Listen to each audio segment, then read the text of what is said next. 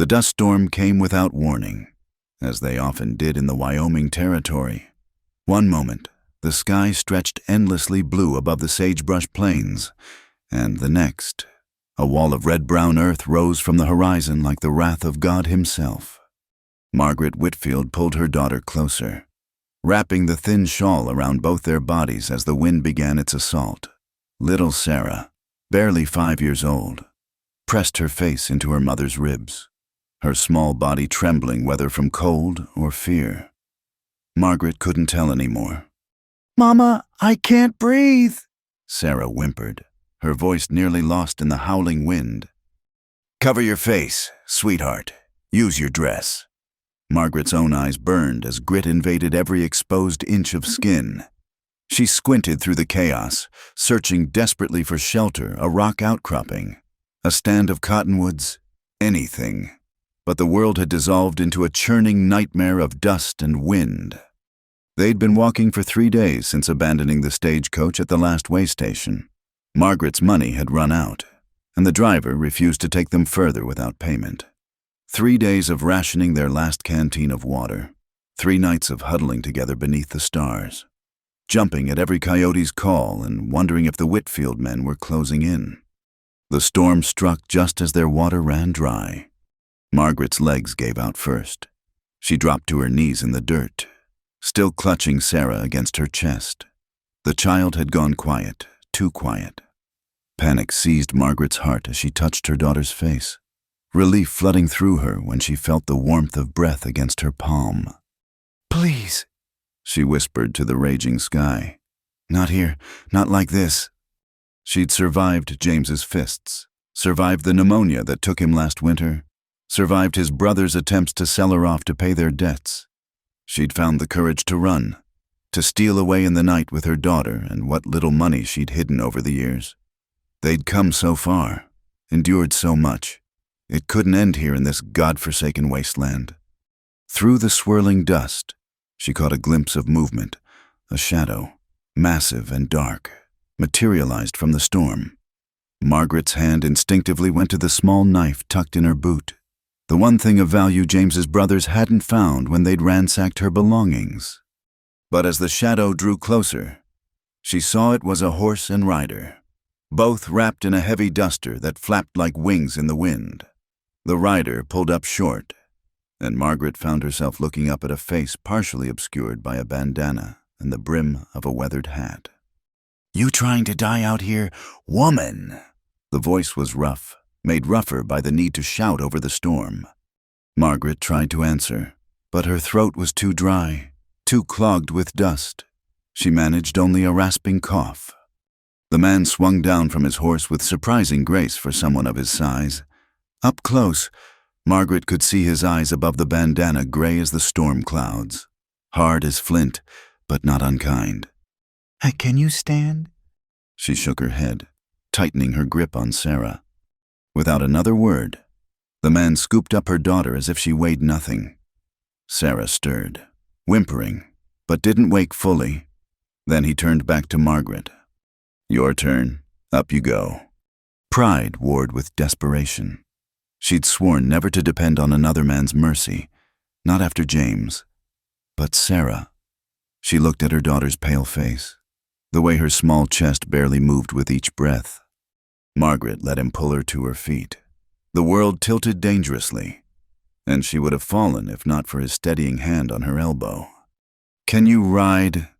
She nodded, though she wasn't sure it was true. Somehow, he managed to get all 3 of them onto his horse, Sarah secured against his chest, Margaret behind him with her arms wrapped around both of them. The horse, a sturdy bay gelding, seemed unbothered by the additional weight. "Hold tight," he commanded. "Ranch isn't far." The ride passed in a blur of wind and dust and the steady rhythm of hoofbeats. Margaret pressed her face against the man's back, breathing in the scent of leather and sweat and something else, safety. Perhaps, though she'd forgotten what that smelled like. True to his word. They soon arrived at a cluster of buildings huddled against the storm. The main house was larger than she'd expected, built of solid logs with real glass windows, a luxury in these parts. Smoke curled from the chimney, promising warmth within. The man dismounted first, passing Sarah to a woman who appeared in the doorway, a stout Mexican woman with kind eyes who immediately began fussing over the child in rapid Spanish. Then he helped Margaret down, catching her when her legs buckled. "Easy now. Let's get you inside." The house's interior was a revelation after days in the wilderness, clean, warm, furnished with simple but well-made pieces. A fire crackled in the stone hearth, and the smell of something savory wafted from what must be the kitchen. "Rosa!" the man called to the Mexican woman, who had already wrapped Sarah in a thick blanket. "Get them some water first, then soup if they can keep it down." "Si, Señor Cross." Rosa bustled away with Sarah, calling over her shoulder. "I put the little one in the guest room. No." "That's fine." Cross, so that was his name. Margaret filed it away as she sank into a chair near the fire, every muscle in her body screaming with exhaustion. The man Cross pulled off his hat and bandana, revealing a face that matched his eyes, angular, weathered by sun and wind, with dark hair that needed cutting and a day's worth of stubble. He might have been handsome once, before the land carved its mark into his features. Now he was something else compelling, perhaps dangerous, certainly. "Name's Silas Cross," he said, settling into the chair across from her. "This is the Double C Ranch, my place." Margaret hesitated. She'd practiced her lies so many times, but exhaustion made her tongue clumsy. "Elise," she managed. "Elise, carpenter." If he noticed her pause, he didn't comment. "Well, Mrs. Carpenter, you picked a hell of a day for a stroll." Despite everything, Margaret felt her lips twitch. "It seemed nice enough when we started." "Always does." He leaned back, studying her with those storm-gray eyes. "You running from something or to something?" The question cut too close to the bone. Margaret's hand went unconsciously to her throat, where the faded bruises had finally disappeared. Does it matter? Suppose not. Rosa returned with a pitcher of water and 2 glasses. Silas poured for her, watching carefully as she drank. "Slow now. Too fast and you'll sick it up." The water tasted like heaven. Margaret forced herself to sip, though every instinct screamed at her to gulp it down. "My daughter. She's fine. Rosa's got her. That woman's raised 6 kids of her own and half the ranch hands besides. Your girl's in good hands." Margaret wanted to go to Sarah, to see for herself, but her body wouldn't cooperate. The warmth of the fire was seeping into her bones, making her eyelids heavy. "I can pay," she lied. "For the trouble, once I get to—" "We'll discuss payment later." Silas stood, towering over her. "Right now, you need rest. Storm won't blow out before tomorrow anyway, so you're stuck here for the night regardless." "We don't want to impose—" "Woman, you were half dead when I found you. Your daughter wasn't much better. You'll stay put until you're both fit to travel. And that's the end of it." The commanding tone should have frightened her. James had used that same tone before his fists followed. But something in Silas Cross's manner spoke of protection rather than threat, or perhaps she was simply too exhausted to care anymore. Rosa appeared again, this time with a bowl of soup that smelled of beef and vegetables. "You eat," she ordered, pressing the bowl into Margaret's hands. "Then you sleep. Señor Cross is right, you look like death walking." Margaret wanted to protest, to maintain some shred of independence, but the soup smelled too good and her stomach cramped with hunger. She ate slowly, aware of both Rosa and Silas watching her. "Thank you," she managed between spoonfuls. "Both of you, we would have died out there." "Maybe so," Silas agreed. "Question is, what were you doing out there in the first place? Nearest town is a day's ride, and you weren't headed in that direction." Margaret kept her eyes on the soup. "We got turned around." "Uh-huh." His tone suggested he didn't believe her for a second. "Well, you can be turned around here for a few days. Get your strength back. After that," he shrugged. "After that, we'll see." He left then. Rosa following after, extracting a promise that Margaret would finish every drop of soup. Alone by the fire, Margaret allowed herself a moment of weakness. Tears tracked down her cheeks, whether from relief or fear or simple exhaustion. She couldn't say. They were safe, for now, fed warm, sheltered from the storm. But men like Silas Cross didn't offer charity without expecting something in return. She'd learned that lesson too well. And when he discovered she had nothing to give, no money to pay for his kindness, Margaret pushed the thought away. Tomorrow she would worry about tomorrow. Tonight she would rest, hold her daughter, and pretend that somewhere in this vast, unforgiving land, there might be a place where a woman and child could simply exist without being someone's property or problem. The storm raged on outside, but within the thick walls of the Double C Ranch house, Margaret Whitfield Nummelise Carpenter now finally allowed her eyes to close. Whatever came next, at least they'd survived this day. In the guest room, she found Sarah already asleep in a bed that seemed enormous for her small frame. Rosa had changed her into a clean nightgown, probably left by some previous visitor, and washed the dust from her face and hands. Margaret crawled into bed beside her daughter, pulling the child close. Sarah murmured something unintelligible and burrowed deeper into her mother's embrace. "We're going to be all right," Margaret whispered into her daughter's hair. "Somehow, we're going to be all right." Outside, the wind howled its disagreement, but Margaret was too tired to argue. She'd fought the world for so long. Tonight, wrapped in clean sheets with her daughter safe beside her, she would rest. Tomorrow would bring new challenges, questions she couldn't answer, debts she couldn't pay, lies she'd have to maintain. But for these few hours, in this unexpected sanctuary, Margaret Whitfield ceased to exist. There was only Elise Carpenter, a weary traveler granted shelter from the storm. It wasn't much of a new beginning, but it was, perhaps, enough. The morning sun painted the Double C Ranch in shades of gold and amber, a far cry from the hellish dust storm of 3 days past. Margaret, no. She must remember to think of herself as Elise, now stood on the porch, watching Sarah chase chickens around the yard with Rosa's youngest grandson, Pedro. "Mama, look," Sarah called out, her laughter ringing across the yard. "They run so funny." It was the first genuine laugh Margaret had heard from her daughter in months.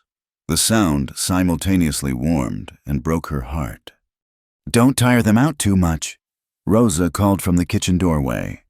"Those hens need their energy for laying." Margaret turned to help Rosa with the washing, but the older woman waved her off. No, Senor Cross says you rest one more day. Tomorrow, if you stay, then you work." "If you stay?" The words hung in the air like a question Margaret couldn't yet answer. Silas Cross had been conspicuously absent since that first night, appearing only at dinner to eat in relative silence before disappearing again. She'd caught glimpses of him working with the horses, conferring with his foreman, Miguel, riding out to check on the herds, but he seemed to be actively avoiding any prolonged interaction with his unexpected guests, which suited Margaret fine. The less he asked about Elise Carpenter's past, the better. "Mrs. Carpenter." She startled at the voice.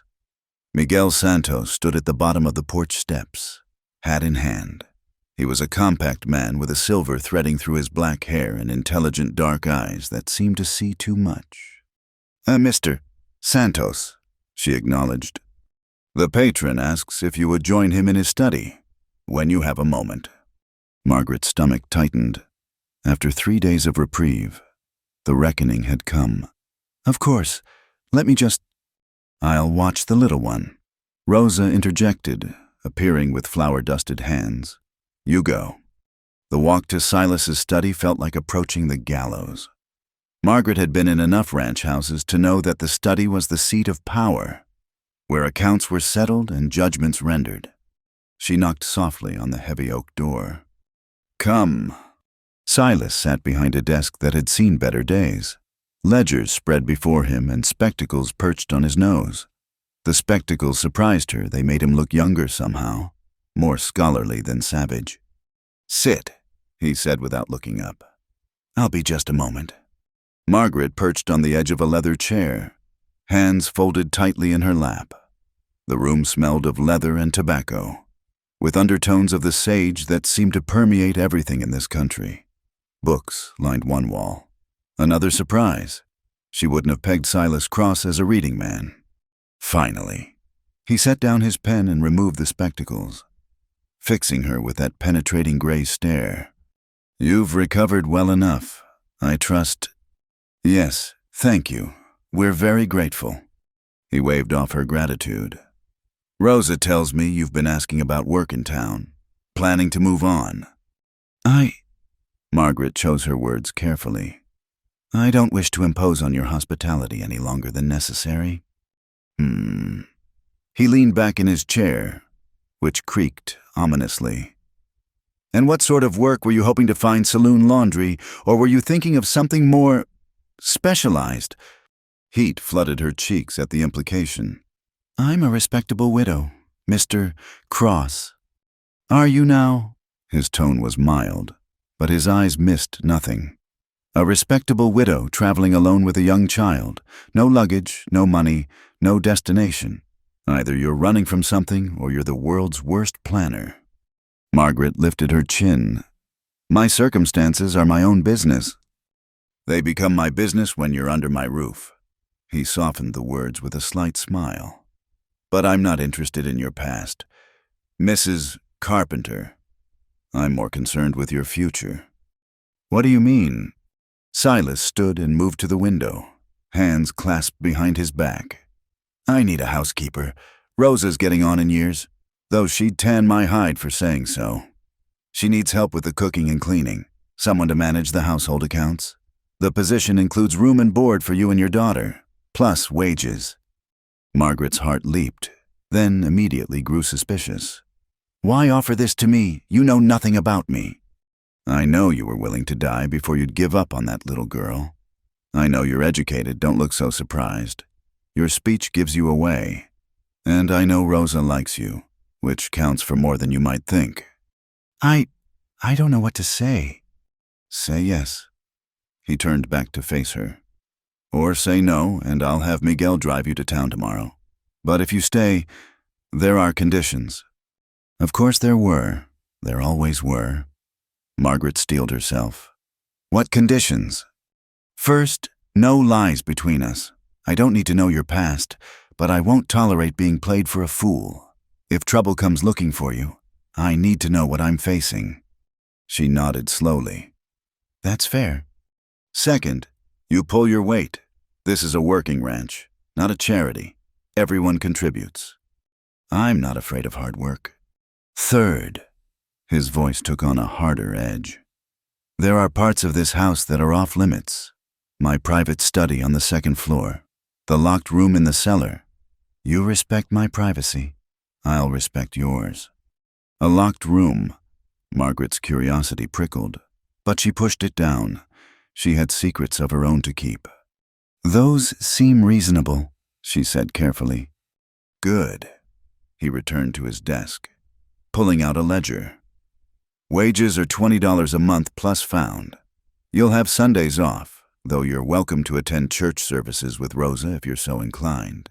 Your daughter can take lessons with the ranch children. Rosa's daughter Maria teaches them reading and numbers." $20 a month. It was generous. More than generous. Too generous. But Margaret couldn't afford to question good fortune. "When would you need me to start?" "Tomorrow, if you're willing.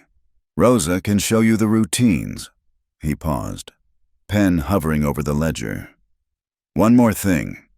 What should I write here, your real name or the one you gave me?" Margaret's breath caught. "I told you my name." "You told me a name." His eyes met hers, steady and knowing. "Question is, which name do you want to live under on this ranch?"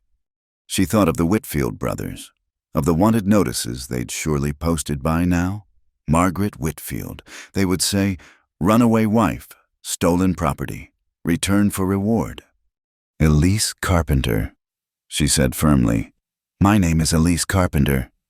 Then Elise Carpenter it is. He wrote it in the ledger with careful strokes. Welcome to the Double C, Mrs. Carpenter. Margaret stood on shaky legs. Thank you, Mr. Cross. You won't regret this. See that I don't. His attention had already returned to his accounts. Dismissing her, she was at the door when he spoke again. Mrs. Carpenter. That locked room I mentioned, it's locked for a reason. Best you remember that. Of course. But as she walked back to find Sarah, Margaret couldn't shake the feeling that she just made a bargain with the devil himself. Silas Cross was offering salvation, yes, but men didn't lock rooms without reason. What secrets was he hiding behind that door? Then Sarah's laughter reached her ears again, bright and carefree, and Margaret pushed her doubts aside. Whatever secrets Silas Cross kept, they couldn't be worse than what she was running from. The next morning, Margaret threw herself into learning the rhythms of ranch life. Rosa proved to be a patient teacher, though she had a tendency to slip into rapid Spanish when excited or frustrated. No, mija, Rosa corrected as Margaret struggled with the temperamental wood stove. You must talk sweet to her, like a stubborn mule. She has moods. This one. The ranch house was larger than it appeared from outside, with 6 bedrooms, a formal dining room rarely used, and the mysterious locked door that led to the cellar. The second floor contained Silas's private quarters and the forbidden study. Margaret made a point of avoiding that hallway entirely. The ranch hands ate breakfast at dawn in the cookhouse, but dinner was served in the main house for the senior staff Miguel, the foreman, Tom Barrett, the horse wrangler, and old Pete, whose exact job seemed to be sitting on the porch whittling and dispensing cryptic advice. You'll want to keep the coffee strong and the biscuits light, Rosa advised. These men work hard. They eat harder. Margaret soon learned that feeding a ranch was like feeding an army. By the end of her first week, her hands were raw from kneading dough and scrubbing pots. Her back ached constantly, and she fell into bed each night too exhausted to dream. But Sarah was thriving. She followed Pedro around like a shadow, helped gather eggs each morning, and proudly showed off the letters Maria was teaching her to write. The haunted look was fading from her eyes, replaced by the normal curiosity of a 5-year-old. Silas remained a distant figure, polite but reserved. He thanked her for meals, complimented her biscuits, inquired after Sarah's health, but never lingered for conversation. Sometimes she caught him watching her with an unreadable expression, but he always looked away when their eyes met.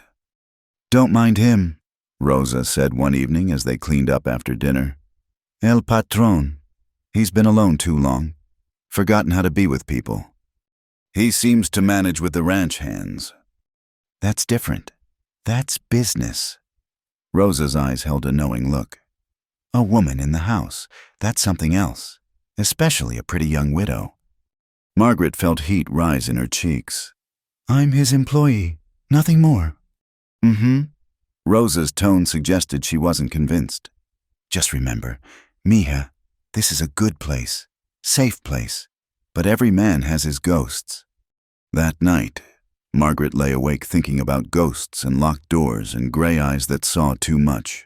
She'd found sanctuary at the Double C, but at what price and how long before her own ghosts came calling? A coyote howled in the distance, and Margaret pulled her blanket tighter. Tomorrow would bring more work, more carefully maintained lies, more stolen glances from a man who kept his secrets locked away. But tonight, with Sarah safe beside her and a roof over their heads, it was enough. The discovery came by accident, as most discoveries do. Margaret had been at the Double C for nearly 2 months when the autumn rains began. She was hunting for extra linens in the storage room when she knocked over a stack of ledgers. Papers scattered across the floor, invoices, receipts, and something else that made her blood run cold. Promissory notes, dozens of them, each bearing a different name, different amount, but all marked with Silas Cross's distinctive signature. Her hands trembled as she gathered the papers. The sums were staggering hundreds, even thousands of dollars. Interest rates that would make a saint weep. And the names. She recognized some from town. Desperate men who'd lost crops to drought or cattle to disease. Find what you're looking for. Margaret gasped, spinning around. Silas stood in the doorway, his expression unreadable. I was just... the linens. She gestured helplessly at the scattered papers. He stepped into the room, bending to help her collect the documents. Their fingers brushed as they reached for the same paper, and Margaret jerked back as if burned. Now you know, he said quietly, stacking the papers with methodical precision. What do you intend to do about it? I don't understand. But she did. God help her, she understood perfectly. You're a moneylender. Among other things, he placed the ledgers back on their shelf, movements unhurried. Does that disturb you, Mrs. Carpenter? It should have. Everything she'd been taught said it should. But Margaret thought of her own desperation, of how she'd have signed anything, promised anything, for a chance at freedom. People do what they must to survive, she said carefully. Indeed they do. He studied her face, searching for something. You're not going to lecture me about Christian charity, the evils of usury. Would it matter if I did? That surprised a laugh out of him, rusty from disuse. Probably not, but Rosa tries at least once a month, so I thought you might take up the cause. Margaret found herself smiling despite the circumstances. Rosa knows? Rosa knows everything that happens on this ranch. He moved toward the door, then paused. The locked room in the cellar, that's where I keep the payment records, in case you were wondering. I wasn't, she lied. Of course not. His tone was dry as dust. Just remember, Mrs. Carpenter, we all have our ways of surviving. Some are just more honest about it than others. He left her standing among the scattered linens, her mind reeling. She'd thought him just a wealthy rancher, perhaps inheriting his fortune. But this was something else entirely. Over the following days, Margaret found herself watching Silas with new eyes. She noticed things she'd missed before, the way men from town came calling at odd hours, hat in hand and desperation in their eyes. The locked strongbox Miguel carried to the bank each week, the deference shown by merchants who extended credit without question. You're troubled, mija, Rosa observed one evening as they prepared dinner. No, Margaret sighed. I found some papers in the storage room. Ah. Rosa's hands never paused in their kneading. And now you think different of El Patron? I don't know what to think. Rosa was quiet for a long moment. I tell you something. 5 years ago, my Miguel, he gets sick, very sick. The doctor from town. He wants money we don't have, Senor Cross. He pays. No questions, no papers to sign, just pays. But the interest? No interest. Not for us, not for his people. Rosa's dark eyes were fierce. Those men who come here, they go to him because the bank won't help, because they have families to feed. Yes, he charges interest. Yes, he's hard about payment, but he's fair, and that's more than most. Margaret wanted to argue, to point out that fairness and usury rarely went hand in hand. But who was she to judge? She'd lied about her very name to survive. That night, unable to sleep, she crept downstairs for warm milk. She was surprised to find the study door ajar, lamplight spilling into the hallway. Through the gap, she could see Silas at his desk, spectacles perched on his nose, writing in one of his ledgers. He looked tired. She thought, older than his years, shoulders bent under invisible weight. You can come in, he said without looking up. No point hovering in the hallway. Caught. Margaret pushed open the door. I couldn't sleep. Nor I. He set down his pen, rubbing his eyes. Calculating interest tends to have that effect. Why do you do it? The question escaped before she could stop it. The money lending. He leaned back, chair creaking. Why does anyone do anything because I'm good at it? Because it pays better than cattle? Because—" He trailed off. Because I understand desperation. His gray eyes found hers. The lengths people will go to when they're trapped. Sometimes a bad loan is better than no option at all. Margaret thought of James's brothers, of the marriage they'd tried to arrange to settle gaming debts. And if they can't pay, then we negotiate extended terms, trade in goods or services. I'm not in the business of destroying families. Mrs. Carpenter. He paused. Is that what you're afraid of? That I'll demand payment for my hospitality? The thought had occurred to me.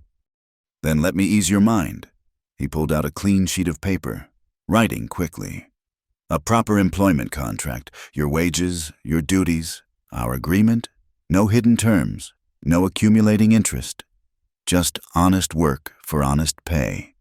He signed it and pushed it across the desk. Margaret read it carefully. It was exactly as he'd promised. Nothing more or less. Why? She asked, signing her false name with steady hands. Because you're not desperate anymore, he said simply. You have choices now. That changes everything. Margaret looked at him. Really looked at him. Behind the hard edges and careful distance. She saw something unexpected. Loneliness, perhaps. Or understanding. Thank you, she said softly. Don't thank me yet. Wait until you've survived a full winter here. Then we'll see how grateful you are. But there was warmth in his voice that hadn't been there before. And when Margaret returned to her room, she found sleep came easier. The next morning brought a visitor who shattered her newfound peace. Margaret was hanging laundry when she heard horses approaching, not unusual in itself. But something about the purposeful thunder of hoofbeats made her stomach clench. 3 riders appeared through the gate, and Margaret's hands froze on the wet sheet. She didn't recognize the men, but she recognized their type. Hired guns, the kind James's brothers would employ. Mrs. Carpenter. Silas appeared beside her, having materialized as silently as always. Perhaps you should go inside. She couldn't move, couldn't breathe. Elise. His use of her first name broke through her paralysis. Take Sarah to Rosa's room. Lock the door. Do it now. She fled, scooping up Sarah from the chicken coop despite the child's protests. Behind her, she heard Silas's voice, calm and cold. Gentlemen, something I can help you with. Margaret huddled with Sarah and Rosa, listening to the murmur of voices too distant to make out words. Time crawled by until finally, blessedly, she heard horses riding away. A knock at the door made all 3 of them jump. It's safe, Silas called. Margaret emerged on shaking legs, Sarah clinging to her skirts. Were they? She couldn't finish. Looking for someone, yes, a woman and child matching certain descriptions. His eyes were hard as flint. I told them I hadn't seen anyone like that. Did they believe you? For now. He crouched down to Sarah's level. How would you like to learn to ride a horse? Little one, I think it's time you knew your way around the ranch. Sarah's eyes went wide. Really? Really, Tom will teach you. Run along and find him. After Sarah scampered off, Silas rose, fixing Margaret with that penetrating stare.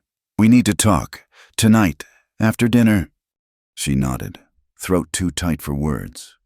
That evening, after Sarah was abed, Margaret found herself once again in Silas's study. This time, he poured 2 glasses of whiskey without asking. The Whitfield brothers, she said without preamble. My husband's family. They want to sell me to pay their debts. I figured as much. He sipped his whiskey. Question is, what do you want to do about it? What can I do? I have no money, no legal rights. I'm just property to be traded. You're under my protection now, he said quietly. That carries weight in these parts. Why would you protect us? You barely know us. Maybe that's exactly why. He stared into his glass. No complications? No expectations, just a business arrangement. But Margaret heard what he didn't say, that he understood what it meant to be trapped, to be desperate.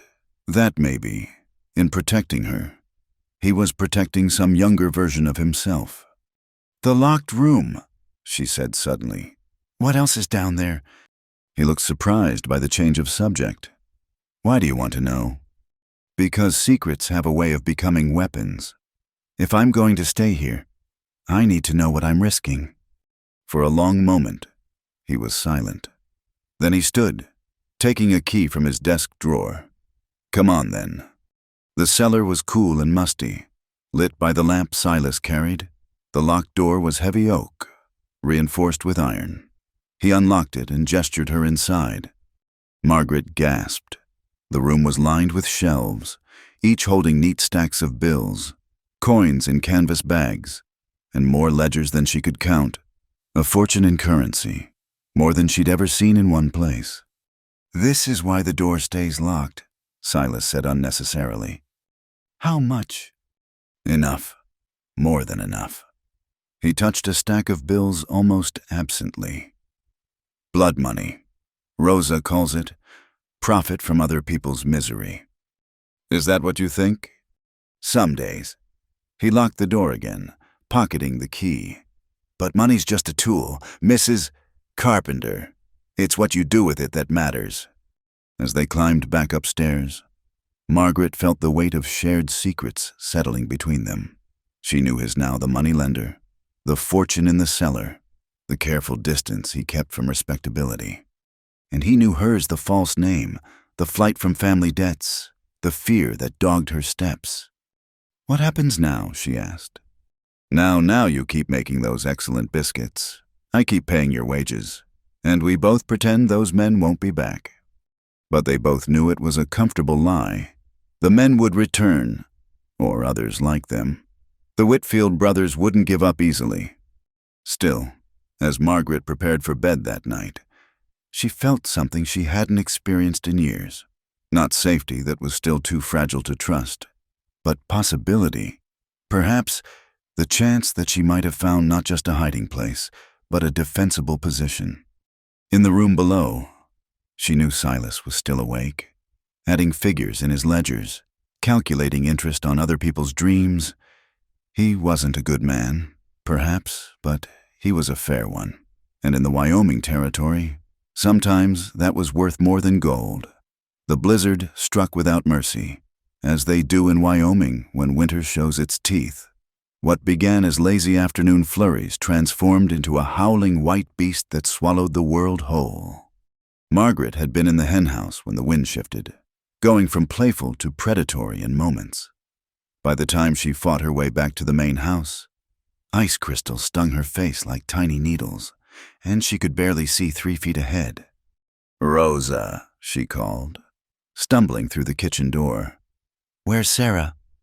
"Safe with Maria in their quarters," Rosa assured her, brushing snow from Margaret's shoulders. "But the men Senor Cross and Miguel went to check the south pasture this morning." Fear clenched Margaret's stomach. The south pasture was an hour's ride in good weather. "Tom and the others." "In the bunkhouse, they have supplies." Rosa crossed herself. "But El Patron." They worked in tense silence, stoking fires and filling lamps. The temperature plummeted as darkness fell, and the wind screamed like a living thing, rattling windows and finding every crack in the walls. Near midnight, Margaret heard something beyond the storm, a pounding at the door. She rushed to open it, and Silas practically fell inside. More ice than man. "Miguel?" she asked, helping him to the fire. "Safe. Got him to the line shack." His words came through chattering teeth. "Frostbite on his hands, but he'll keep them." Margaret didn't think, just acted. She pulled off his frozen coat, boots, gloves, all stiff with ice. His hands were white and waxy, his lips blue.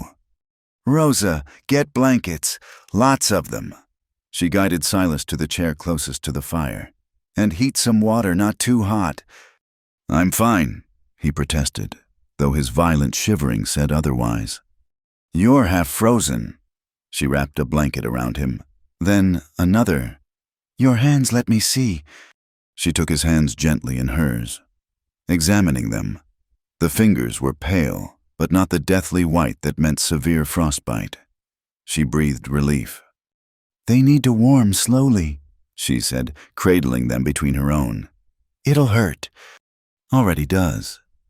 He watched her face as she worked, rubbing gentle circulation back into his fingers. "Where'd you learn about frostbite?"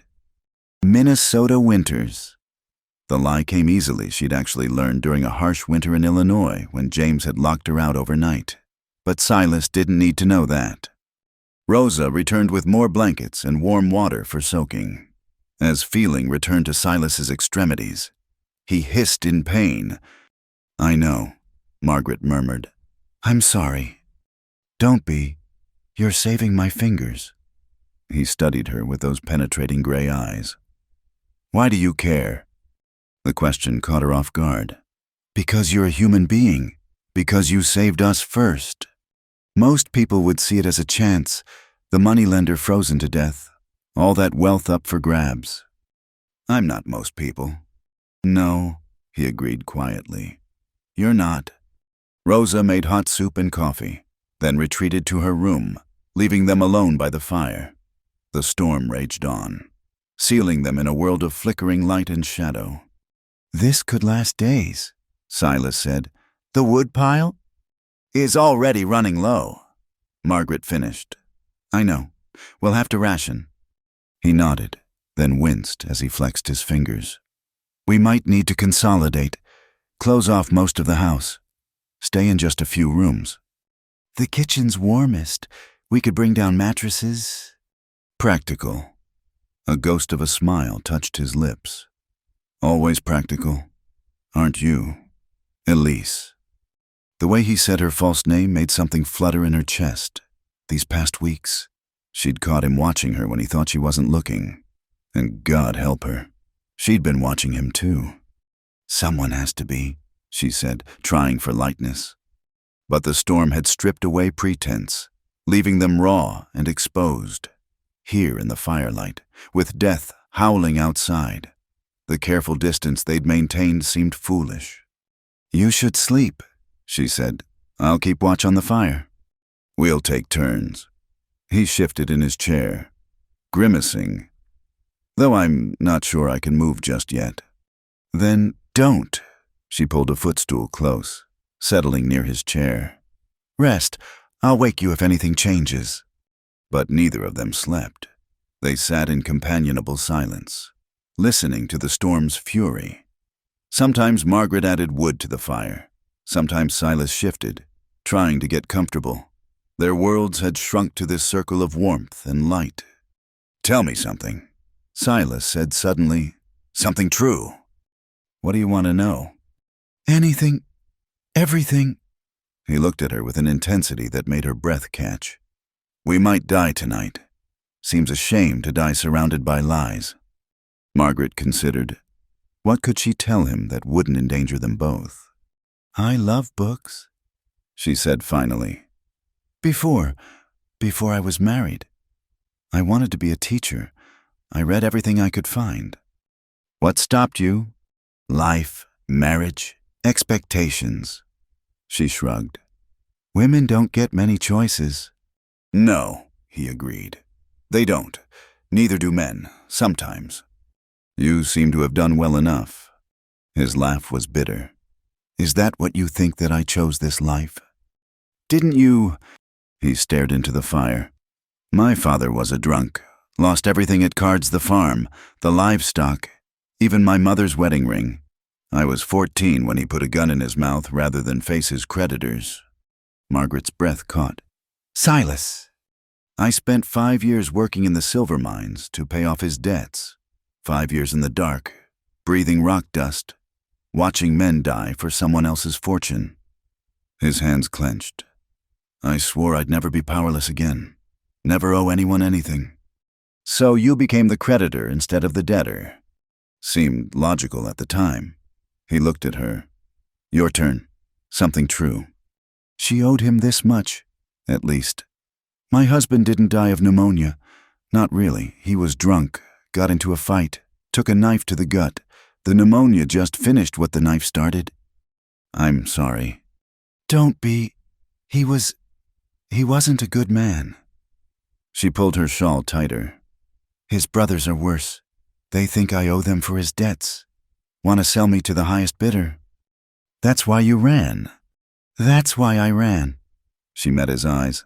I'm not brave. Silas, I'm just desperate. Desperate people do brave things. He shifted, and suddenly they were closer. The space between them charged with possibility. Elise. That's not my name, she whispered. I know. His hand found hers. I don't care. The fire crackled. The wind howled, and Margaret Elise, whoever she was in this moment, made a choice. She leaned forward, crossing the last inches between them. The kiss was gentle, almost questioning. His lips were still cold from the storm, but they warmed quickly against hers. When they parted, her heart was racing. We shouldn't, she breathed. No, he agreed, but he didn't move away. They kissed again. Longer this time, with the desperation of two people who'd been alone too long. His hand tangled in her hair, and she made a soft sound that might have been his name, his real name, not the formal Mr. Cross she'd held between them like a shield. When they finally broke apart, both were breathing hard. I should check on Sarah, Margaret said, standing abruptly.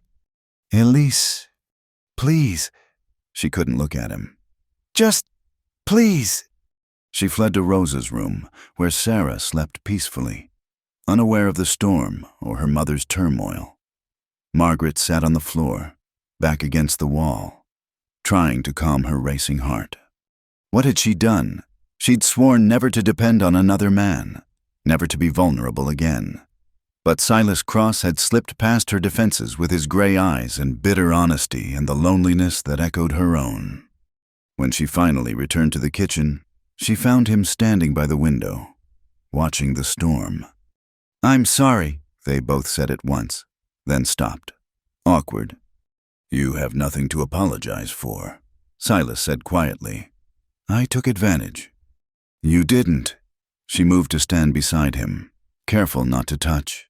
We're both adults. We're both lonely, he finished. Yes. They stood in silence, watching the snow obliterate the world. The intimacy of moments before had shifted into something else, not regret, exactly, but awareness of lines crossed. What happens when the storm ends? Margaret asked. I don't know. He turned to look at her. What do you want to happen? She thought of Sarah, of the Whitfield brothers, of all the lies between them. I want to stop running. I want to stop being afraid. Then stay, he said simply. Not as my housekeeper, not as my anything. Just stay. It's not that simple. It could be, but they both knew it couldn't. There was too much between them, secrets and lies and the shadow of violent men. A few stolen kisses couldn't change that. The storm raged for 3 more days. They moved mattresses to the kitchen, huddled together for warmth. Silas, Margaret, Sarah, Rosa, even Maria and Pedro. The careful boundaries of employer and employee blurred in the face of survival. But Margaret and Silas maintained careful distance, achingly polite. No more kisses, no more truths in the firelight. Just the memory of what might have been, as fragile and beautiful as frost on glass. When the storm finally broke, the world emerged transformed, white and pristine, and somehow smaller. The ranch hands dug out, Miguel's frostbitten hands bandaged but healing. Life resumed its patterns. Except everything had changed.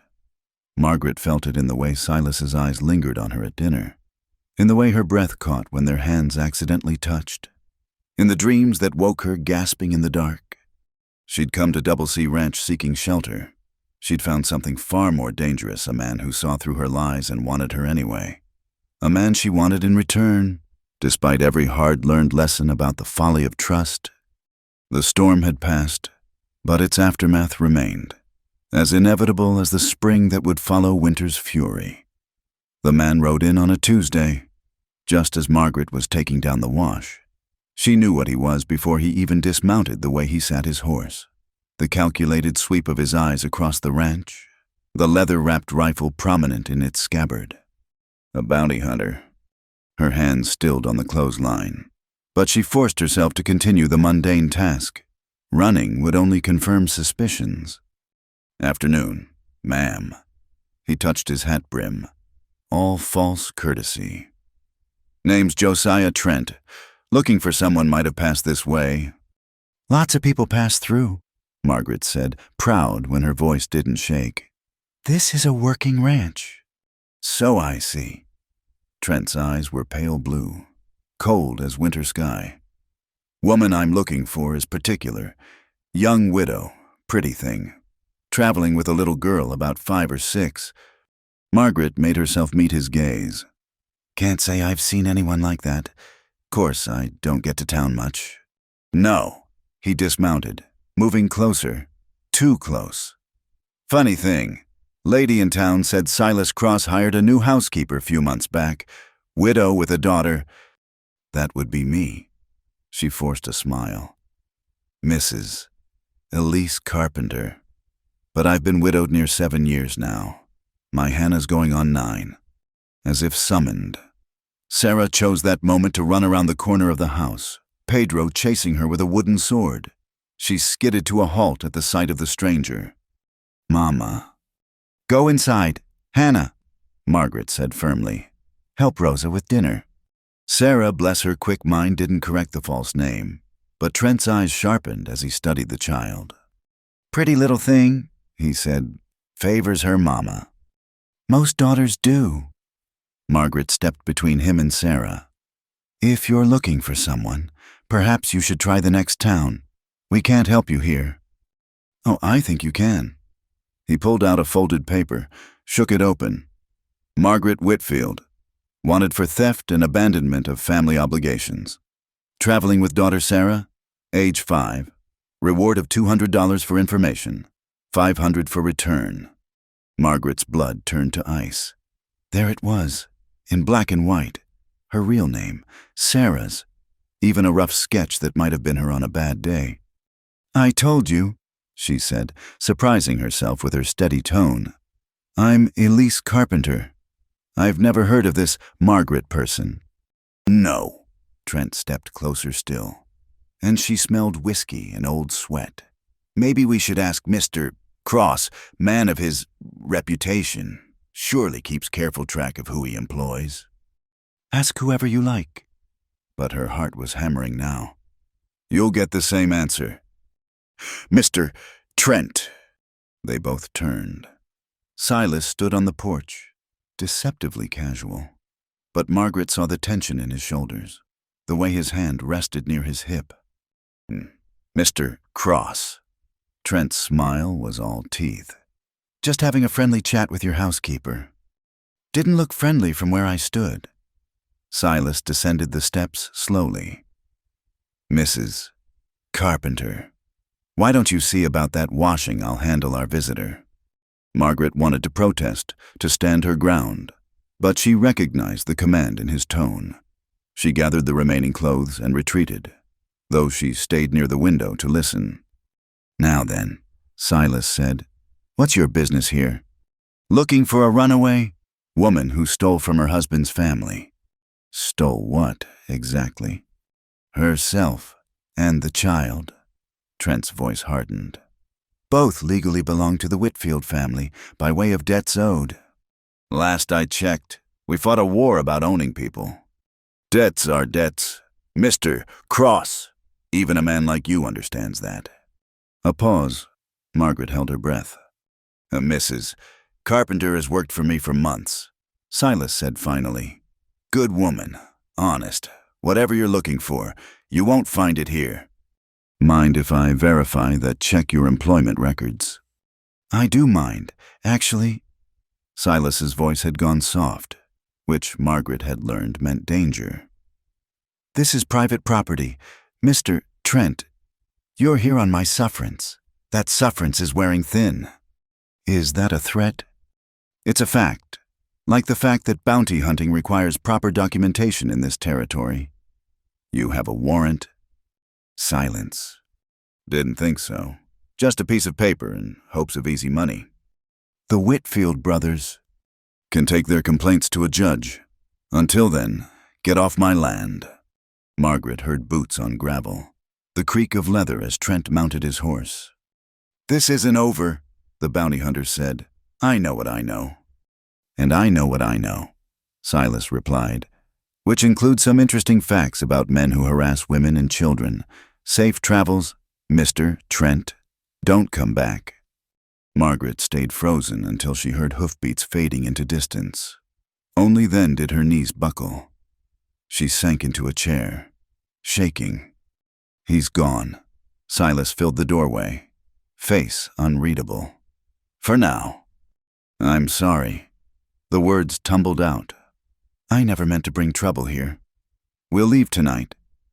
You'll do no such thing. You don't understand. The Whitfields, they won't stop. They'll send more men or come themselves. Let them come. He moved into the room, poured 2 glasses of whiskey from the bottle Rosa kept for medicinal purposes. Drink. She took the glass with trembling hands. The whiskey burned, but it helped steady her nerves. Now, Silas said, settling across from her. Tell me everything, the truth this time. So she did, about James's drinking and gambling, his debts to dangerous men, the night he came home bloody and died cursing her name, how his brothers blamed her, claimed she'd hidden money, demanded she work off what James owed in whatever way they saw fit. They were going to sell me, she said quietly, to a house in Denver.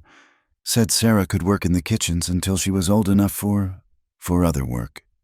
Silas's knuckles went white around his glass. So I ran, took what little money I'd saved and ran, changed our names, our story, but it wasn't enough. She laughed bitterly. Nothing's ever enough. How much? What? The debt. How much do they claim you owe? $800, plus interest. She shook her head. Might as well be 8,000. Silas was quiet for a long moment. Then he stood, went to his desk, and began writing. What are you doing? What I do best. He signed the paper with quick strokes. Business. He handed her the document. A promissory note for $800, paid in full. Her fictional name Elise Carpenter at the bottom where the debtor would sign. I can't, she breathed. You can and you will. He set the pen in her hand. Sign it. The interest? No interest. I can't pay it back. Then don't. His gray eyes held hers. Consider it severance pay for when you leave my employ. You're firing me. Of course not. A smile tugged at his lips. But someday you'll leave. Find a better life somewhere. When you do, you'll go free and clear. Margaret stared at the paper through blurring vision. Why? Because I can. Because it's right. Because... He stopped, jaw tight. Because I care what happens to you, he said roughly. God help me. I've tried not to, but I do. The admission hung between them, raw and dangerous. Margaret's hand trembled as she signed the false name that had become more real than her own. This won't stop them, she said. The Whitfields want their pound of flesh. Paper won't satisfy them. Then we'll give them more than paper. He took the note, folded it carefully. I have connections, judges who owe me favors. We'll make it legal, the debt satisfaction, your independence, everything. And Trent will be dealt with. At her alarm, he added, legally. A word in the right ears about a bounty hunter operating without proper authorization. He'll find himself unwelcome in any town from here to California. Margaret stood on unsteady legs. The urge to embrace him was overwhelming, but she held back, afraid of what might happen if she crossed that line again. Thank you, she whispered. Don't thank me yet. This is just the beginning. He moved to the window, watching the horizon. They'll come harder now. The Whitfields won't give up easy money without a fight. Then I should leave. Take Sarah and... No. He turned back, fierce. You run now. You'll run forever. Make your stand here. Why here? Because here you have me. He paused, then added quietly, if you want me. The words held layers of meaning. Protection. Yes, but something more. Something that had been growing since that night by the fire. Silas? She didn't know how to finish. I know. Wrong time. Wrong circumstances. Wrong everything. He smiled ruefully. Story of my life. Before she could respond, Sarah burst through the door. Mama Rosa says dinner's ready and, oh. She noticed Silas, bobbed a little curtsy. Evening, Mr. Cross. Evening, Miss Sarah. His expression softened. I hear you've been practicing your letters. Maria says I'm her best student, Sarah beamed. Want to see? After dinner, perhaps. As Sarah chattered about her day, Margaret watched Silas with new eyes. He listened to the child with genuine interest, asked questions about her studies, promised to find a book of fairy tales on his next trip to town. This was what she'd be giving up if she ran. Not just safety, but a chance at belonging. A man who'd pay her debts without question. A community that had embraced her daughter. A life that might be more than mere survival. That night, after Sarah was abed, Margaret found herself standing before Silas's study. The door was open, lamplight spilling warm across the floor. Come in, he called without looking up from his ledgers. She entered, closing the door behind her. We need to talk about what comes next. Yes, he agreed, setting down his pen. We do. But neither spoke of practical matters. Instead, they looked at each other across the desk, the weight of unspoken feelings heavy between them. This is dangerous, Margaret said finally. Everything worthwhile is... I won't be any man's mistress. I'm not asking you to be... Then what are you asking? He stood, came around the desk to face her. I'm asking you to trust me, to stay and fight instead of run, to let me help you become who you're meant to be, not who fear has made you. And if I can't, then I'll still protect you, still ensure your freedom, but I'll mourn what might have been. Margaret lifted her hand to his face, touching the lines that hard living had carved there. He caught her hand, pressed it to his lips. Don't make me promises, she whispered. Not yet, not until this is over. Then I'll make you a threat instead, he said against her palm. I'm going to destroy anyone who tries to harm you or Sarah. I'm going to ensure you never have to run again, and when it's done, when you're truly free, I'm going to court you properly. Court me. Flowers, poetry, all of it. His smile was wry. Might take me a while to remember how... Despite everything, she laughed. I don't need poetry. What do you need? Time, she said softly. Just time. He released her hand, stepped back. Then time you'll have, but Elise Margaret, whoever you choose to be, know this. You're not alone anymore. As she left his study, Margaret felt the truth of those words settle into her bones. Tomorrow would bring new challenges. Trent would return, or others like him. The Whitfields would escalate their efforts. But tonight, she had allies. She had hope. She had Silas Cross, a man who dealt in debts and interest but had forgiven hers freely. Perhaps, in time, she could forgive herself for beginning to love him. The proposition came at breakfast, delivered between the eggs and coffee with such casual precision that Margaret nearly choked. We should get married, Silas said, as if discussing the weather or the price of cattle. Rosa dropped her spatula. Miguel, who'd been reaching for more biscuits, froze mid-motion. Even Tom Barrett stopped chewing.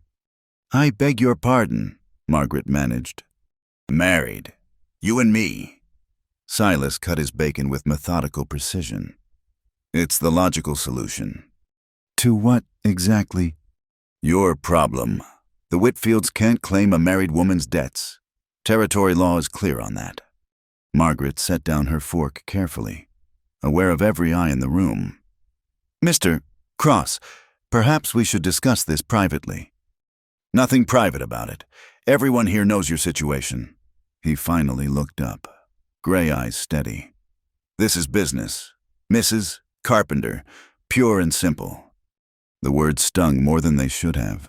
After weeks of careful distance since Trent's visit, after the promises made in his study, to have him propose like this as a business transaction in front of the ranch hands was humiliating. I see. She stood, dignity wrapped around her like armor. Then my answer is no. Good day, Mr. Cross. She swept from the room, leaving stunned silence in her wake. Rosa found her an hour later in the garden, attacking weeds with unnecessary violence. Mia, the older woman said gently, you want to talk about it? There's nothing to talk about. Margaret yanked another weed. He made his position perfectly clear, a business arrangement. How romantic.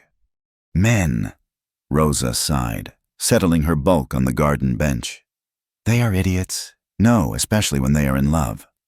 He's not in love. He just wants to... Margaret stopped, unable to voice her fears. To what help you protect you? Rosa's dark eyes were knowing. Terrible things. You don't understand. I've been married for convenience before. I won't do it again. Was your first husband like Senor Cross? Margaret laughed bitterly. No, he wasn't. Then how do you know this would be the same? Before Margaret could answer, Sarah came running. Mama, there's a man at the gate. He says he's Papa's brother.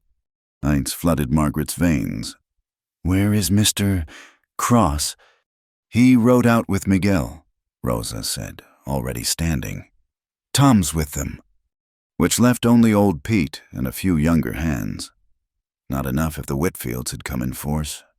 Sarah, go to Maria's room. Lock the door. When her daughter hesitated, Margaret sharpened her tone. Now. She hurried to the front of the house, Rosa close behind. Through the window, she could see him, Samuel Whitfield, James's older brother. The cruel one, the smart one. He sat his horse with casual arrogance, but Margaret knew better. Samuel never did anything without calculation. I'll talk to him, she said. No, Rosa caught her arm. You stay inside, I go. But Margaret was already opening the door. She'd run from this man once. She wouldn't cower now. Samuel, she said, proud when her voice didn't shake. Margaret. He touched his hat brim mockingly. Or should I say, Mrs. Carpenter, quite the little fiction you've created. What do you want? What's mine? What you stole. His pale eyes, so like James's but colder, swept over her. You look well. Ranch life agrees with you. State your business and leave. My business. He dismounted, ground-tying his horse with the confidence of a man who expected no resistance. $800, plus interest, plus compensation for the trouble you've caused. The debt was paid. By your benefactor, yes, I heard. He smiled, and it was all teeth. But you see, that creates a new problem. A woman who sells herself to one man can hardly claim virtue when her family requires similar sacrifice. The implication was clear. Ugly. Margaret's hands clenched. Get off this property, or what you'll have that old man in the bunkhouse protect you. Samuel stepped closer. Where is Cross? Anyway strange that he'd leave his investment unguarded. I'm hardly unguarded. They both turned. Silas stood at the corner of the house, rifle casual in his hands. Miguel flanked him, similarly armed. Mr. Cross. Samuel's voice held false warmth. Just having a family discussion with my sister-in-law. Former sister-in-law. Silas corrected. And uninvited besides, that makes you a trespasser. Now, no need for unpleasantness. But Samuel's hand drifted toward his sidearm. I'm simply here to collect what's owed. Nothing's owed. I have the paperwork to prove it. Paper, Samuel spat the word. You think paper changes what she is, what she owes. I think you have 10 seconds to get back on that horse. The air crackled with tension. Margaret held her breath, seeing the calculation in Samuel's eyes. He was outnumbered, outgunned, but Whitfield's didn't give up easily. This isn't over, he said finally, mounting with deliberate slowness. You can't watch her every moment, and when you slip... The rifle shot split the air. Samuel's hat flew off, a neat hole through the crown. That was your warning, Silas said calmly. Next one goes lower. Samuel's face flushed ugly red, but he gathered his ruined hat and rode off without another word. Margaret's knees gave out. She would have fallen if Silas hadn't caught her, his arm strong around her waist. Inside, he said quietly. Miguel, double the watch. Nobody gets near the house without my knowledge. He guided her to the parlor, settling her in a chair before pouring whiskey. She took it gratefully, needing the burn to chase away the chill. He'll be back, she said. Yes. With more men. Probably. You can't fight them all. Watch me. He knelt before her chair, taking her trembling hands in his. Elise, Margaret, I'm sorry about this morning. She laughed shakily. You're apologizing for your proposal. For how I did it. Rosa gave me an earful. Tom, too, surprisingly. He squeezed her hands. I'm not good at this, at saying what I mean. What do you mean? That I want to marry you, not for business, not for convenience. His gray eyes held hers. Because I can't stand the thought of you belonging to anyone but yourself, and maybe, someday, to me. Margaret's heart stuttered. Silas? I know it's too soon. I know you have no reason to trust another man's promises. But I need you to understand this isn't about debt or obligation. This is about keeping you safe while you decide what you want. And if what I want is you... The words surprised them both, but they were true. Despite every warning, her battered heart screamed. They were true. Then I'm yours, he said simply, for as long as you'll have me. Margaret freed one hand to touch his face, tracing the lines that hard living had carved there. The Whitfields won't recognize a marriage to protect me from debt. No, but the law will, and I have friends in the territorial government who owe me favors. His smile was wry. Benefits of being a moneylender. Everyone owes you something. It won't be real, she warned. Not at first. I can't. I need time. I've already told you. Take all the time you need. And Sarah will be my daughter in every way that matters, if she'll have me. Margaret thought of her little girl, how she'd bloomed under the care of this makeshift family, how she looked at Silas with shy admiration when he read to her or taught her to rope. All right, she whispered. All right. I'll marry you, for protection, for Sarah. She managed a tremulous smile. And maybe, someday, for love. He lifted her hands to his lips, kissing each palm with reverent gratitude. Thank you. A commotion outside broke the moment. Shouts, running feet. Rosa's voice raised in alarm. Silas was at the window in 2 strides. His curse was low and vicious. What is it? Fire, the hay barn. They rushed outside to find smoke billowing from the structure. The hands were already forming a bucket brigade, but Margaret could see it was hopeless. The barn was fully engulfed. Let it burn, Silas ordered. Save the other buildings. Wet down the roofs. As the men scrambled to contain the fire, Margaret noticed something that made her blood freeze. Painted on the side of the tool shed in red letters, "Give her back." Samuel, she breathed. Or Jeremiah, doesn't matter. Silas's face was granite. Miguel, send word to Judge Hammond. Tell him I need that special license we discussed. Tonight, if possible. Si, patron. We're getting married today, he told Margaret, before they can regroup. But no arguments. They've escalated. We escalate back. He pulled her against him, heedless of watching eyes. I won't lose you to those bastards. Not when I just found you. The fire raged through the afternoon, consuming months of hay meant for winter feed. But by evening, it was controlled. The other buildings saved. The hands were exhausted but triumphant. Judge Hammond arrived at sunset, looking harried but carrying the necessary papers. He was a thin man with kind eyes who owed Silas enough favors to overlook the unusual circumstances.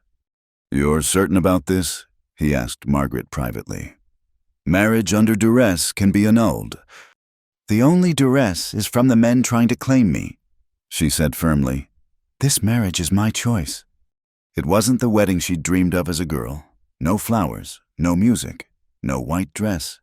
Just a simple ceremony in Silas's study. Rosa and Miguel as witnesses. Sarah holding her hand.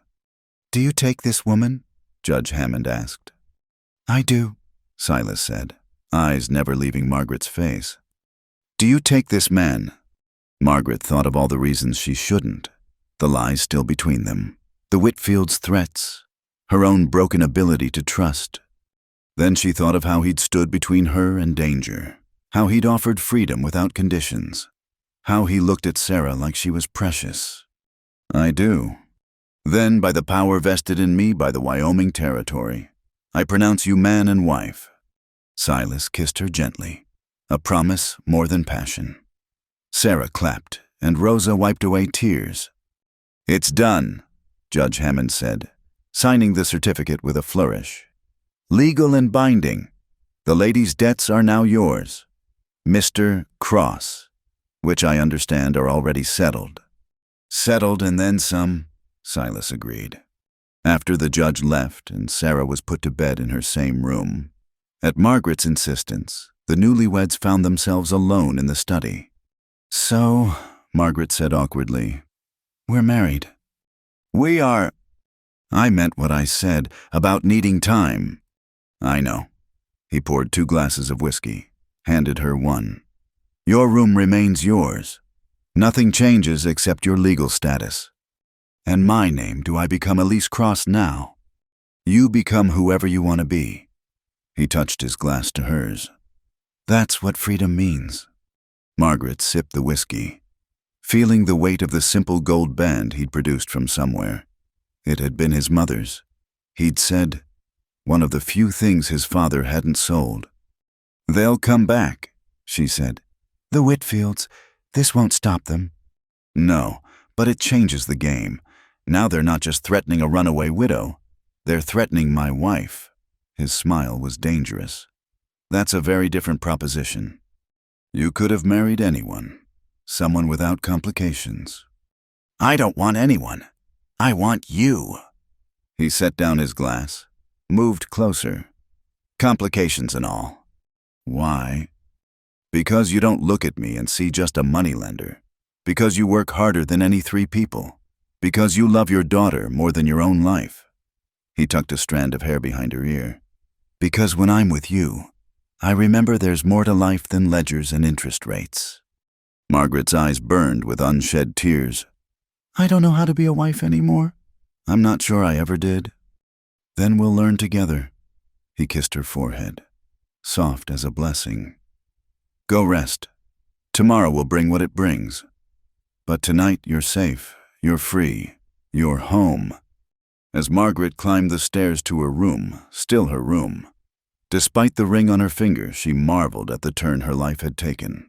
This morning she'd been a runaway widow. Tonight she was Elise Cross, protected by law and a man who asked nothing but the chance to earn her trust. It wasn't love. Not yet, but it was possibility. And after months of running, possibility felt like a miracle. Margaret knew something was wrong the moment she entered the kitchen that morning. Rosa sat at the table, face pale, a crumpled piece of paper in her hands. "What is it?" Margaret asked.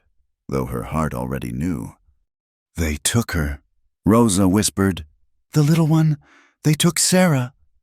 The world tilted. Margaret gripped the doorframe, unable to breathe. "When how?" "Maria took the children to gather eggs early. Men came 3 of them. They grabbed Sarah, left this," with trembling hands. Margaret took the note. The writing was crude, but the message clear. Asterisk, the girl for the woman. Devil's Canyon. Noon, come alone or she dies. "Where's Silas?" Her voice sounded strange, distant. "Rode out before dawn with Miguel and Tom, checking the north pasture." Rosa was already standing. "I'll send Pedro to find them." "No?" Margaret straightened, ice replacing blood in her veins. "They want me alone. If Silas comes—" "They'll kill you both," Rosa finished. "Mija, you can't—" "She's my daughter." Margaret moved with sudden purpose, gathering what she needed. Her old carpet bag, hidden beneath loose floorboards, the knife from her boot, the small pistol Silas had taught her to use. "At least wait for—" "Noon, Rosa, it's already past 9. Margaret strapped on the gun belt, hands steady now that she had purpose. "If I ride hard, I can make Devil's Canyon in time." "And then what? Trade yourself for Sarah?" "You think they'll let her go?" Margaret met the older woman's eyes. "What choice do I have?" Rosa crossed herself, then pulled Margaret into a fierce embrace. "Vaya con Dios, mija, I'll pray for you both." Margaret saddled her mare with mechanical efficiency. Every moment counted now. As she mounted, she saw old Pete watching from the bunkhouse porch. "You tell Silas," she called to him. "Tell him I'm sorry. Tell him I love him." Then she was gone, racing across the plain toward the canyon that would be her doom or deliverance. Devil's Canyon earned its name honestly, a twisted gash in the earth, all red rock and shadows, with 100 places for ambush. Margaret had passed it once on a ride with Miguel, who'd warned her about the treacherous footing and sudden drops. She arrived with the sun high overhead, her mare lathered with sweat. The canyon mouth yawned before her, silent and threatening. "Sarah," she called. "Sarah, baby, are you there?" "Mama." The small voice echoed off stone walls. Impossible to locate. Margaret dismounted, ground-tying her horse. "I'm here," she called back. "Just like they wanted. Now let her go." Laughter bounced through the canyon, harsh, male, familiar. Samuel Whitfield emerged from behind a boulder, and Margaret's heart sank. He wasn't alone. His younger brother Jeremiah flanked him, along with Josiah Trent and 2 other hard-faced men she didn't recognize. "Margaret," Samuel said pleasantly, as if they were meeting for tea. "So good of you to come."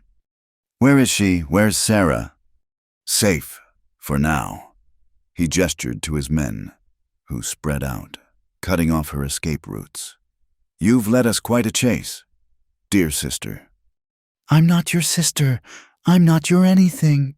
Margaret's hand drifted to her pistol. "We had a deal. Me for Sarah." "Did we? I recall offering a trade. But you see, I've been thinking." Samuel stepped closer, and Margaret could smell the whiskey on him. "Why settle for one when I can have both? You'll work off James's debts. And the girl, well, she's young, malleable. She'll fetch a good price in a few years." Horror and rage warred in Margaret's chest. "You bastard!" Such language from a lady. His backhand caught her across the face, sending her sprawling. "But then, you're not much of a lady. Are you spreading your legs for the first man who'd protect you?" Margaret tasted blood, felt dirt beneath her palms, but also felt the knife still secure in her boot. "Nothing to say, good. You'll need to learn silence anyway." Samuel hauled her upright by her hair. "Trent, get the rope. We'll take them both." The gunshot echoed like thunder in the confined space. Samuel's eyes went wide as he looked down at the spreading crimson on his shirt.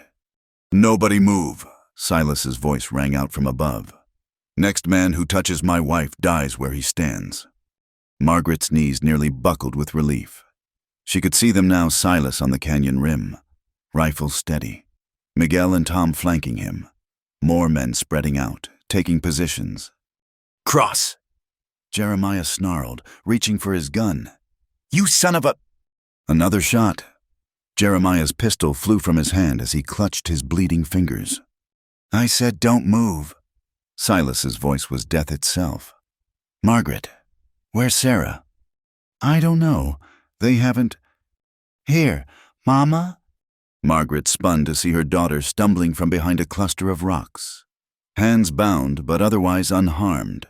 She ran to her, falling to her knees to gather Sarah close. "Well, this is touching," Samuel gasped, one hand pressed to his wound. "But you can't shoot us all. Cross. And even if you do, others will come. The debt is paid," a new voice interrupted. Everyone turned to see Judge Hammond riding into the canyon, accompanied by the territorial marshal and 6 deputies. "Judge," Samuel's face went ashen. "This is a private matter." "Kidnapping a child is never private. Mr. Whitfield." Hammond dismounted, producing a sheaf of papers. "I have here a warrant for your arrest. You and your brother both. Kidnapping, extortion, attempted trafficking of minors. You can't prove—" "Actually, I can." Josiah Trent stepped forward, hands raised. "I'll testify. Everything. How they hired me. What they planned for the woman and girl. All of it." "You bastard!" Jeremiah lunged at Trent, only to be clubbed down by a deputy. "Smart choice. Trent," the marshal said. "Might keep you out of prison, might not." He nodded to his men. "Round them up. All of them." As the deputies worked, Silas scrambled down from the rim, sliding the last few feet in his haste. Margaret met him halfway. Sarah still clutched in her arms. "You came." She breathed against his chest as his arms enclosed them both. "Of course I came." His voice was rough with emotion. "Did you think I'd let you face them alone?" The note said— "I know what it said." He pulled back enough to examine her face, gently touching the bruise Samuel's blow had left. "Rosa told me everything. Nearly shot Pete for letting you leave." "I had to. They had Sarah." "I know." He pressed his forehead to hers. "But next time, God forbid there is a next time, you wait for me. We face things together. That's what marriage means." "I'm sorry. I was so scared." "Shh." He kissed her gently, mindful of her split lip. "You're safe. You're both safe. That's all that matters." "Actually," Judge Hammond interrupted apologetically, "there is one other matter. Mrs. Cross. I'll need your testimony about the attempted sale, the threats, all of it." Margaret nodded, though the thought of reliving it all made her stomach churn. "Whatever you need." "Papa Silas," Sarah's small voice piped up, "did you really shoot the bad men?" Margaret realized it was the first time Sarah had called him anything beyond Mr. Cross. Silas's eyes went suspiciously bright. "Only a little," he said solemnly. "Just enough to make them stop." "Good," Sarah said firmly. "They were mean to Mama." The ride back to the ranch was subdued. The Whitfield brothers and their accomplices were in custody, but Margaret couldn't shake the feeling that it was too easy. Men like them didn't give up, even faced with prison. Her fears proved founded 2 days later when Marshal Davidson arrived with news. "Samuel Whitfield is dead," he said without preamble. "Killed trying to escape.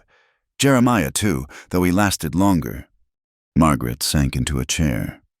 She should feel relief, she knew. Instead, she felt only a hollow emptiness. And the others? Trent's turning evidence, like he promised. The hired guns are nobody special. They'll serve time and disappear. The marshal accepted the coffee Rosa offered. "It's over, Mrs. Cross. Really over." But it wasn't. Not quite. There were lawyers to see, papers to sign, testimonies to give. The Whitfield estate, such as it was, would be liquidated to pay their debts, the legitimate ones. Any claim on Margaret or Sarah was null and void. Through it all, Silas was her anchor. He sat through every meeting, stood beside her for every statement.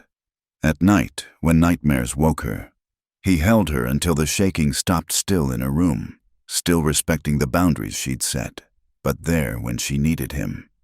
2 weeks after Devil's Canyon, Margaret found him in his study, working late as usual. "You should sleep," she said from the doorway. "So should you." He set down his pen, really looking at her. "How are you?"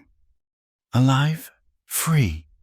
She entered the room, moving to stand behind his chair. "Thanks to you. Thanks to us. You were willing to sacrifice everything for Sarah. I just provided backup." She touched his shoulder, felt him tense. "Silas, I need to tell you something. If this is more guilt about riding off alone..." "It's not." She came around the chair to face him. "That morning, before I left, I told Pete to tell you something." His eyes were wary now. "Rosa mentioned..." "Do you want to know what it was?" "Only if you want to tell me." Margaret took a breath, gathering courage. Then she sank to her knees beside his chair, taking his hands in hers. "I told him to tell you I love you." Silas went absolutely still. "Elise." "Margaret," she corrected. I think it's time I was Margaret again, or better yet, both. Margaret Elise Cross." She squeezed his hands. "If you'll have me, really have me, not just as a protected house guest, but as your wife." "Are you sure?" His voice was hoarse. "You've been through so much." "Which is exactly why I'm sure." She lifted one hand to his face. "I've seen you at your best and worst. You've seen all my secrets, my failures, my fears. And you stayed. You fought for me. I'll always fight for you." "I know." She rose, tugging him up with her. "So I'm done running, done hiding, done sleeping in separate rooms." "Margaret." He cupped her face with reverent hands. "I love you. I've loved you since that first night. I think, stubborn, suspicious, magnificent woman that you are." "Then take me to bed, husband," she whispered against his lips. "Make me your wife in truth." He kissed her then, deep and desperate and full of promise. When they finally broke apart, both were breathless. "Are you certain?" "More certain than I've ever been about anything." She smiled, and it felt like sunshine after storm. "We've earned this. Silas, we've earned each other." He swept her into his arms, carrying her toward the stairs. "Every day," he promised. "I'll earn you every day for the rest of our lives." "Just love me," she said. "That's enough." "Always," he vowed, "always." And in the master bedroom that would now be truly theirs, with moonlight streaming through windows and the vast Wyoming night standing witness, Margaret Whitfield became Margaret Cross in every way that mattered. The girl who'd fled in terror had found her courage. The widow who'd trusted no one had found her heart. The woman who'd been property had found her freedom. And in the arms of a complicated man who dealt in debts but forgave hers freely, she'd found her home. The morning sun painted the Double C Ranch in shades of gold, a far cry from that desperate day when a dust storm had brought Margaret to its doors. 6 months had passed since Devil's Canyon. 6 months of healing, building, and learning what it meant to be truly free. Margaret stood on the porch, one hand resting on her growing belly, watching Sarah help Tom Barrett with the horses. Her daughter had bloomed here, growing tall and confident, her laughter no longer rare or precious, but abundant as Wyoming wildflowers. "You shouldn't be on your feet so much," Silas said, appearing with his usual silent grace. Rosa said the same thing. Then she handed me a basket of laundry. Margaret smiled as his arms came around her from behind, hands settling protectively over their unborn child. "Rosa's a tyrant," he murmured against her hair. "I should fire her." "You'd never," Who else would keep you humble? You do a fair job of that yourself, Mrs. Cross. She leaned back into his warmth, content in a way she'd never imagined possible. The ranch had prospered these past months.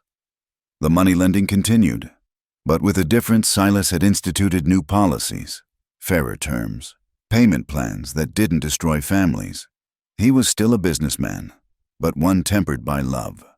"Riders coming," Tom called from the corral. Margaret tensed, old habits died hard, but Silas just sighed. "That'll be the Johnsons. Lost their crop to hail last week. Will you help them?" "Probably. Can't have Sarah's schoolmates going hungry." He pressed a kiss to her temple. "You've made me soft. Woman, you were always soft. You just hit it better." He laughed, that rusty sound that came easier now. "Don't let that get around. I have a reputation to maintain." But his reputation had already changed. Word had spread about Devil's Canyon, about how Silas Cross had faced down killers for his wife and daughter, about how he'd used his influence with Judge Hammond to see justice done. The fear that had once accompanied his name was now tempered with respect. The Johnsons' visit was brief, a loan arranged, papers signed, hope restored. Margaret served coffee and her famous biscuits, while Sarah entertained the younger Johnson children with stories of her pony. "Thank you, Mr. Cross." "Mrs." Johnson said as they prepared to leave. "And you, Mrs. Cross. We won't forget this kindness." After they'd gone, Silas found Margaret in the garden, tending the vegetables she'd insisted on planting. "You need to rest," he said, physically lifting her from her knees. "I'm pregnant, not dying," she protested, but didn't fight as he settled her on the bench. "The beans need—" "The beans will survive an afternoon without you." He sat beside her, taking her dirt-stained hands in his. "We need to talk about something." The serious tone made her stomach clench. "What is it?" "I've been thinking about the future, about what happens when—" He gestured to her belly. "When the baby comes, when Sarah gets older. And this territory won't stay a territory forever. Statehood's coming, probably within the decade. Things will change. The ranch needs to change with it." Margaret studied his face. "What are you proposing?" "I want to make the Double C more than just a ranch. A real community. Safe haven for people like us, people who need second chances." He squeezed her hands. "I want to build a school, a proper one. Not just Maria teaching letters in the kitchen, maybe even a church, if we can find a preacher who won't condemn us all to hell." "That's ambitious." "Maybe, but I've got the money. More important, I've got you." He touched her cheek. "You showed me what it means to protect people instead of just profiting from them. I want our children to grow up in a better world than we did." "Children, plural." She tried for levity, but her eyes burned with unshed tears. "God willing." He pulled her close. "What do you think, ready to help me build something?"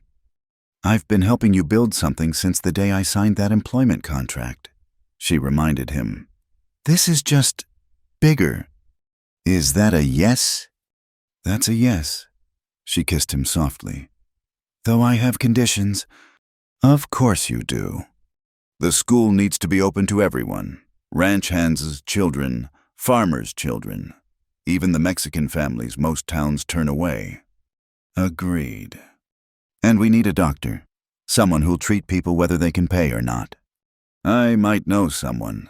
Young fellow out of Boston, looking to make his mark."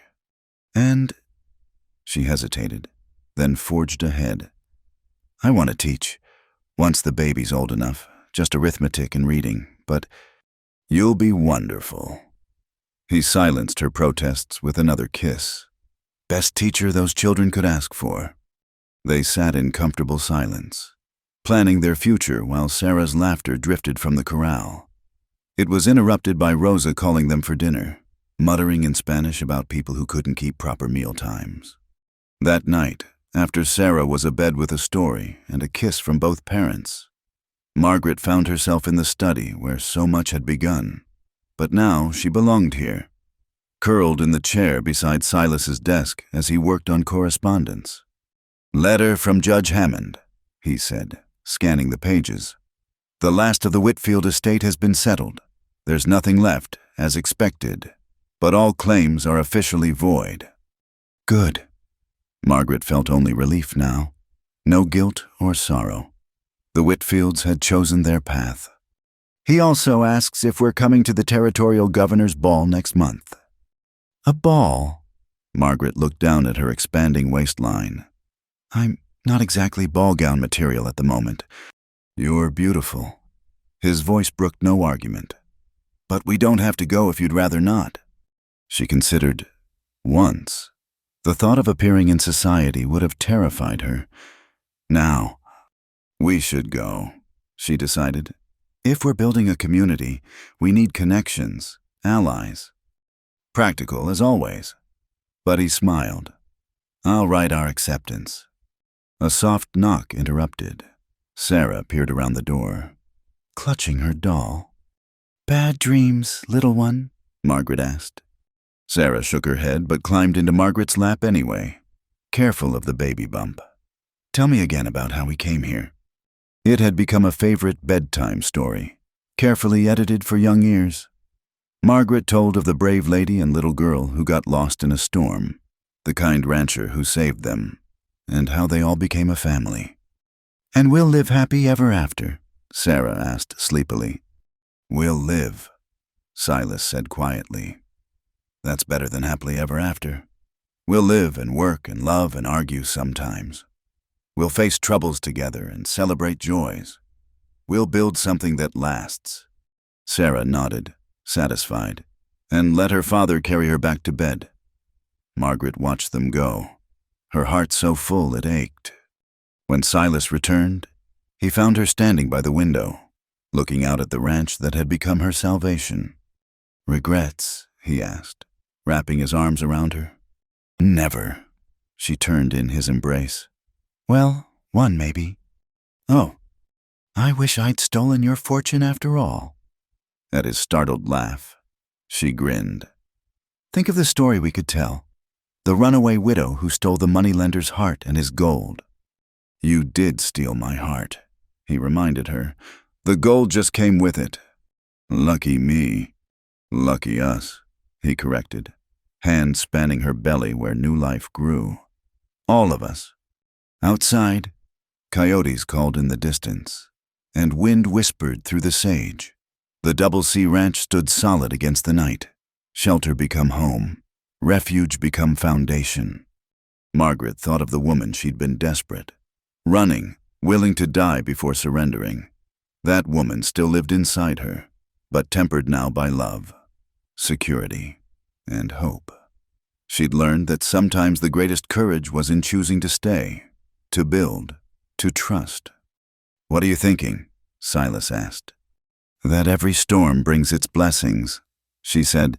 "That dust storm brought me to you." "And nearly killed you in the process."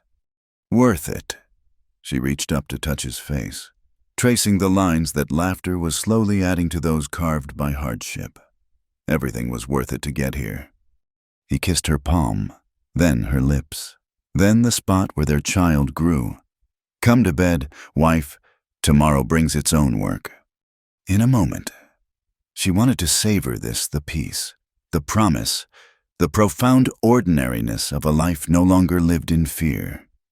Just another moment.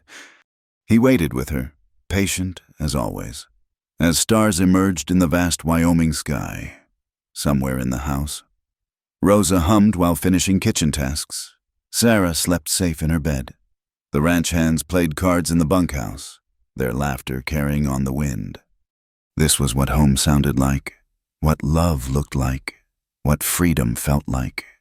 Margaret had run so far, survived so much, to discover that the greatest adventure wasn't in the running but in the staying, in choosing to plant roots in unforgiving soil and watching them bloom despite the odds. "Ready now?" Silas asked. "Ready," she agreed, letting him lead her to their room, their bed, their life. Tomorrow would bring challenges. The Whitfields were gone, but there would be others: drought, Disease, the changing world Silas had spoken of. The baby would come. Sarah would grow. The ranch would evolve. But tonight, wrapped in her husband's arms with their children safe under their roof, Margaret Cross knew a truth that had eluded her through years of fear and flight. She was home. She was loved. She was free. And that was a beginning more than sufficient to face whatever the harsh Wyoming territory might bring. The woman who'd once run from everything had found something worth standing ground for. The widow who'd trusted no one had learned to love.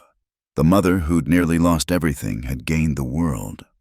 In the annals of the West, their story might be forgotten, just another family fighting to survive on the frontier. But for Margaret, Silas, and Sarah, for the child yet to be born and the community yet to be built, it was everything. It was enough. Thank you so much for listening to this Wild West love story. I hope Margaret and Silas's journey touched your heart as much as it touched mine. Please share in the comments where you're listening from. I love connecting with fellow Western romance enthusiasts from around the world. If you enjoyed this tale of courage, redemption, and unexpected love on the frontier, please subscribe to Wild West Night for more stories that capture the spirit of the American West. Don't forget to like this video and hit that hype button to help more people discover these passionate tales of love against all odds. Until next time, partners, keep riding toward your own sunset.